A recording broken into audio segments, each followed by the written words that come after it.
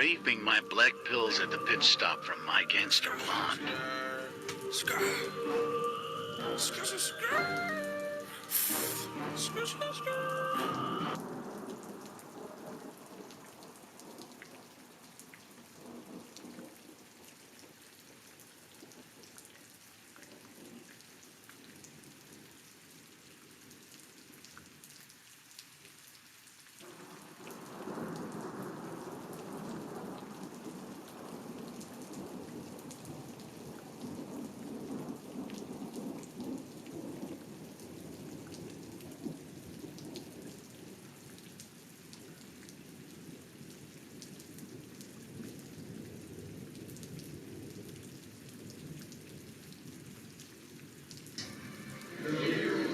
Everything you've heard is bullshit. Reality isn't a choice between the blue pill and the red pill.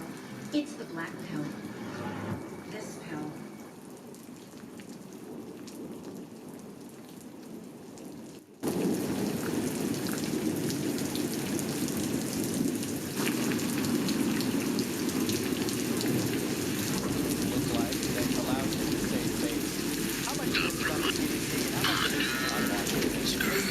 Raping my black pills at the pit stop from my gangster blonde.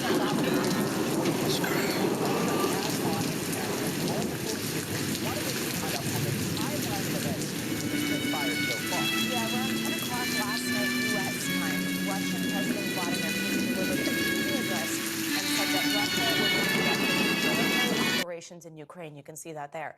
About 15 minutes later, NBC News teams heard explosions in the Ukrainian capital of Kyiv, and you can see some of the aftermath of those explosions on your screen. At 10:25 p.m., President Biden released a statement strongly condemning the Russian attack, saying in part, Russia alone is responsible for the death and destruction this attack will bring. The United States and its allies and partners will respond in a united and decisive way. A little after 6 o'clock this morning, an advisor to Ukrainian President Zelensky said at least 40 Ukrainian soldiers had been killed in the attack so far.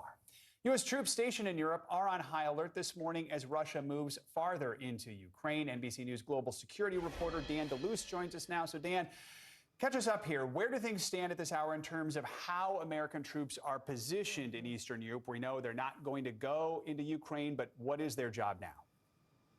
Well, they have a number of missions, and one of them is symbolic, and some of them are concrete. The first is really a message to Russia not to attack NATO and all NATO members, especially those on the eastern flank that border Russia. And some of those NATO member states have very bad history with Russia, and they very much wanted reassurance. And so the U.S. and some other members of NATO have sent forces, troops, helicopters, equipment to the Baltics, to Poland, to Romania, all of those Eastern European countries inside the NATO alliance. Now, there's also the possibility that some of those U.S. troops, the 82nd Airborne, has elements in Poland. They could be helping with this likely refugee influx that we could see coming from Ukraine into Poland and into the West. And it's possible the U.S. Soldiers there would help out with that. And then also I should mention, NATO had an emergency meeting this morning, and the officials there reaffirmed that they would continue to flow forces into Eastern Europe to deter Russia from trying in any way to move beyond Ukraine into the east. And there was also an appeal from the Baltic governments to arm the Ukrainian forces as much as possible to help Ukraine defend itself. So, Dan, just to underscore what we're talking about here, I want to play White House Press Secretary Jen Psaki reiterating the Biden administration's stance on sending troops into Ukraine, as we're just discussing, and then we'll talk on the other side. Let's listen. We are not going to be in a war with Russia or putting military troops on the ground in Ukraine fighting Russia. The president has been crystal clear and consistent. He is not sending U.S. troops to fight in Ukraine. That has not changed. So, Dan, a few questions for you here. I mean, picking up on what you were just saying, is there any chance, any indication we could change course on that? Is this solely now about fortifying our NATO allies? But then also, you know, one of the things that we keep hearing from every reporter that we ask on the ground there is what is this like? Civilians are taking up arms in Ukraine, and we pretty much hear that they're not a match for the Russian army. So if Ukraine is essentially fighting this alone, what does that ultimately mean if we're not going in, if other countries are not going in, and that's what their force looks like compared to Russia's? I mean, yes, Ukraine is in a very challenging situation. To answer your question, there is no chance at this point that the U.S. or any of the NATO member states are preparing in any way or considering sending forces into Ukraine. That is clear. There is a remote possibility if this conflict continues to unfold and perhaps escalate.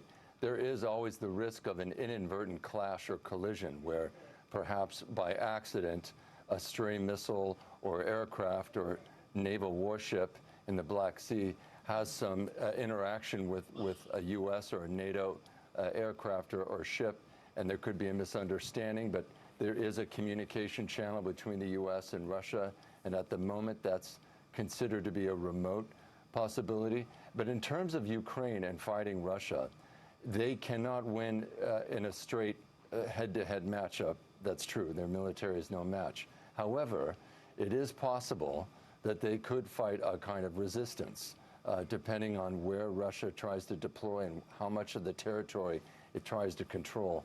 It's not clear that Russia could occupy or control large swaths of that country without fierce resistance from Ukraine.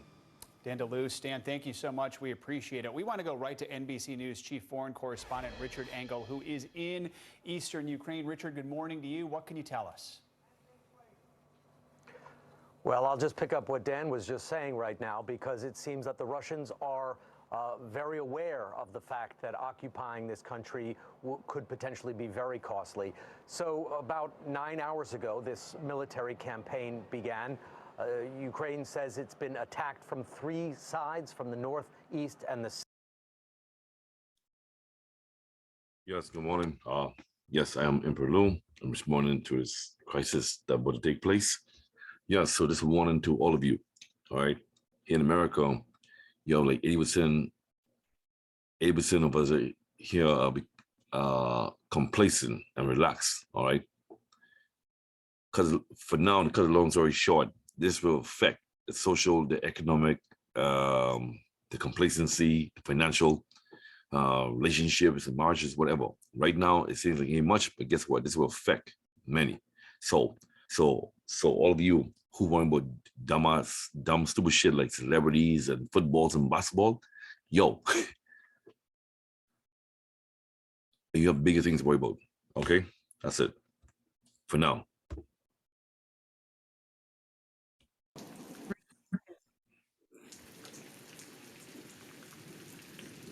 Raping my black pills at the pit stop from my gangster blonde.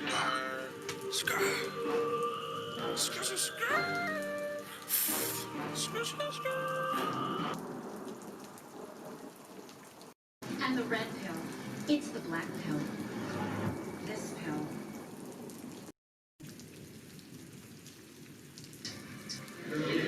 Everything you've heard is bullshit. Reality isn't a choice between the blue pill and the red pill. It's the black pill. This pill.